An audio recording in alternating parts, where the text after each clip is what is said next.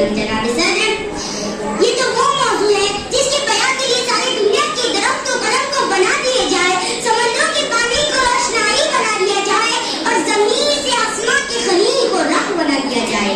ये तो गुमान किया जा सकता है कि कल वो खत्म हो जाएंगे, समंदरों का पानी खुश्क हो जाएगा और जमीन से आसमां पुर हो जाएंगे, मगर मेरे आका हज़रत मोहम्मद सल्लल्लाहु अलैहि वसल्लम की सीरत उन पाक मुकम्मल ना हो।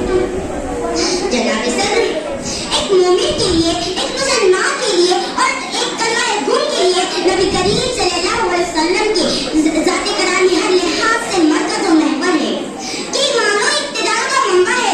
ये ज़मीन, ये आसमां, ये सरज़मीन, ये मशरिक़ है, ये मग़रिब है, नबी करीम सल्लल्लाहु अलैहि वसल्लम के ज़ात के अंदर ही नूर है।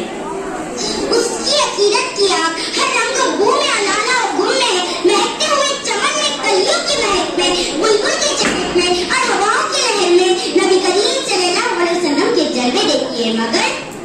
मगर मेरे नबी करीम सल्लल्लाहु अलैहि वसल्लम तो वराइल वरा है, उनकी हर पहचान की हद से भी बारतर, जो फलसफियों से खुल न सका और मुख्तबरों से हल न हुआ, वो राज भी कमली वाले ने बतला दिया चंद इशारों में। हुजूर आए तो सारा आफिनिश पा गई दुनिया, हुजूर आए तो सारे आफिनिश पा गई दुनिया, अंधेरे से निकल कर रोशनी में आ गई दुनिया। सोते ज़हनों का ज़मूतरा, वो जो चेहरे पर नूर आया, हुजूर आए तो इंसानों को जीने का शऊर आया, हुजूर आए तो इंसानों को जीने का शऊर आया। जनाब सदर, 14 सदियां गुजर गई, लेकिन रोशनी का मीनारा आज भी सूरज बनकर पूरे ताप में चमक रहा है और दुनिया तो आपके नज़ीर पेश करने से कासिर है। तारीख अगर ढूंढे कि सानी मोहम्मद, तारीख अगर ढूंढे कि सानी मोहम्मद, सानी तो बड़ी चीज है, साया न मिलेगा। जनाब सदर, अल्लाह रब्बुल इज्जत ने कुरान